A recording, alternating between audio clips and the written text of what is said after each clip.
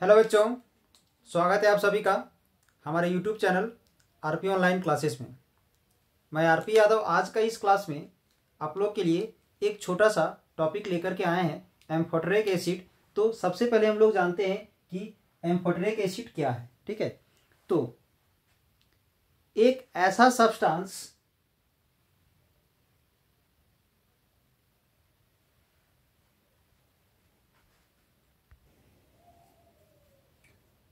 Amphoteric compounds, तो ध्यान दोगे, एक ऐसा कंपाउंड जो एक ही साथ एसिड की तरह भी बिहेव करे और बेस की तरह भी बिहेव करे, उसे हम लोग क्या बोलते हैं?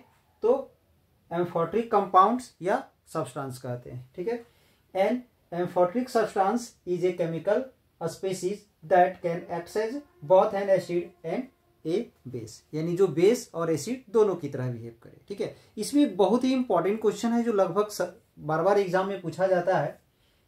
Amino acids are amphoteric in nature. ठीक है, तो आखिर इसका रीजन क्या है? तो ध्यान दोगे, ये जो यहाँ पर दिख रहा है आप लोग को, ये एमिनो एसिड का स्ट्रक्चर है। यानी एक ऐसा कंपाउंड को हम लोग एमिनो एसिड कहते हैं जिसमें कार्बोक्सिलिक एसिड ग्रुप के साथ साथ एमिनो ग्रुप भी जुड़ा हुआ रहता है। तो ये जो NH2 ग्रुप जो जुड़ा हुआ है इसमें ना, इस NH2 ग्रुप के चलते ये बेस की तरह बिहेव करता है, और ये जो COH यानी जो कार्बोक्सिलिक एसिड ग्रुप जो जुड़ा हुआ है उसके चलते ये एसिड की तरह बिहेव करता है, जिसके चलते इसे हम लोग क्या बोलते हैं?